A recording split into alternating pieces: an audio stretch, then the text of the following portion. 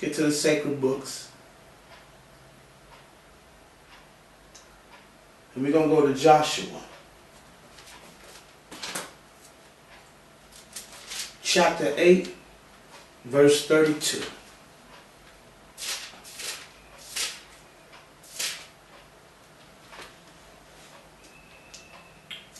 And we're going to read that through to verse 35.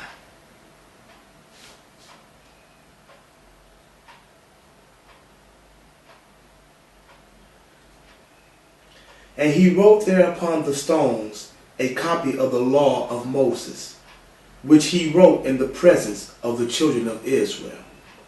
And all Israel and their elders and officers and their judges stood on this side the ark, and on that side before the priests the Levites, which bear the ark of the covenant of the Lord, as well the stranger as he that was born among them, half of them over against Mount Gerizim, and half of them over against Mount Ebal, as Moses the servant of the Lord had commanded before, that they should bless the people of Israel.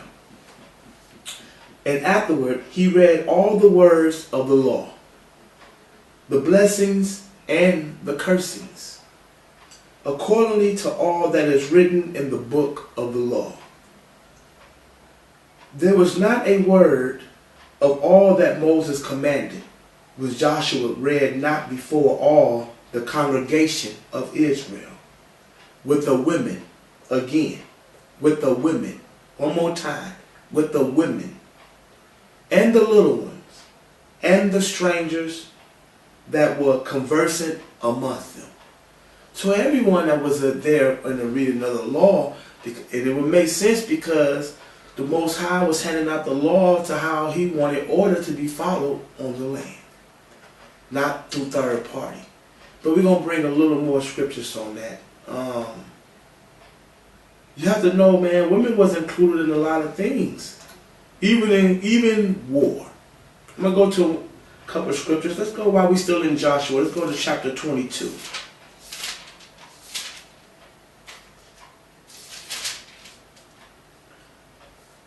Verse 12. And when the children of Israel heard of it, the whole congregation of the children of Israel gathered themselves together at Shiloh to go up to war against them. Again, the whole congregation of Israel gathered together for war. So that includes women and children as well. You have to read the whole story. I'm just going to take you to some, basic real scriptures right quick. Because nor do I even condone us getting the whole full picture off of scripture here and scripture there. That's why you see I read a lot of the chapters. But to get the full picture, we must read all of the sacred books, line upon line and precept upon precept. And being that I just mentioned that word precept, I'm going to bring you the proper definition of that word precept for those that continually to translate it and use it falsely and not within this correct meaning when they're teaching. So I'll be back to that as well. But I want you to also, let's go to Ezra, chapter 10, verse 1. Now when Ezra had prayed, and when he had confessed, weeping and casting himself down before the house of God, there assembled unto him out of Israel a very great congregation of men and women and children. For the people wept very sore.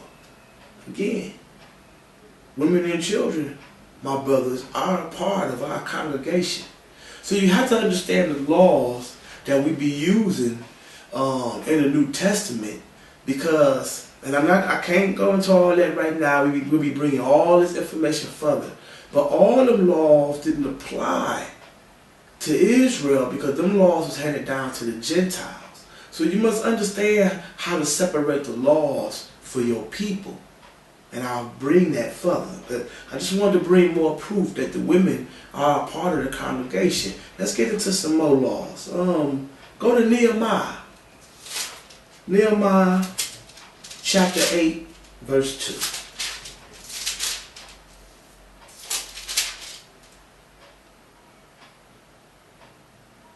2. And Ezra, the priest, brought the law before the congregation, both men and women. Again. And Ezra, the priest, brought the law before the congregation, both of men and women, and all that could hear with understanding, upon the first day of the 7th month. You got that? Men and women, and those of understanding. So we can't be having private meetings, my brother, especially when it comes to dealing with the law of the Most High. We must build this congregation, man. I mean, while I'm here, we're going to get into that. We're going to get into what our purpose is here, because we losing focus on the purpose and the seriousness of the consequences if you don't do it right by the Most High. I mean, truthfully, there's going to be a purge. I'm going to cover some scriptures. I want to cover a lot of things that we're missing, my brothers and sisters, by being like stiff necks of our ancestors, our forefathers. We can't continue to be like that, nor should we want to put ourselves back in that situation to feel the wrath of the Most High. So I want to bring some more scriptures on what we need to be doing, because truthfully, yes, women, I think I brought enough scriptures to prove that the women are part of the congregation. So I'm going to move on to another issue. Give me 1 second, too.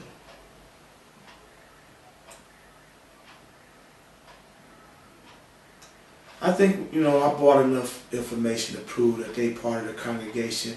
I mean, we can go into more scriptures, but this is just a short intro.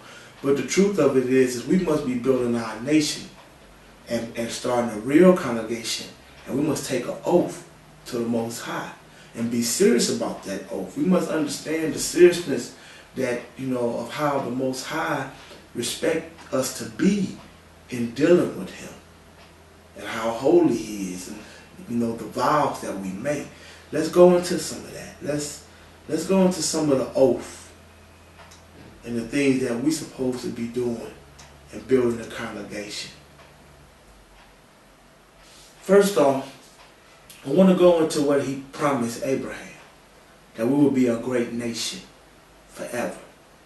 So we need to, even when we wake up, we are to be a nation, under our own laws, not bringing the law of the Gentiles amongst each other.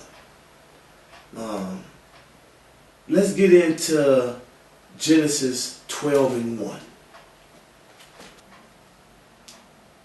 Now the Lord has said unto Abram, Get thee out of thy country, and from thy kindred, and from thy father's house, into a land that I will show thee. And I will make of thee a great nation. And I will bless thee, and make thy name great, and thou shalt be a blessing. And I will bless them that bless thee, and curse him that curseth thee. And in thee shall all families of the earth be blessed.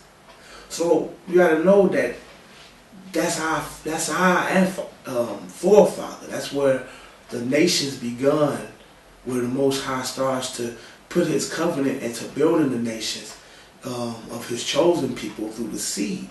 Let's go into Exodus 19:5.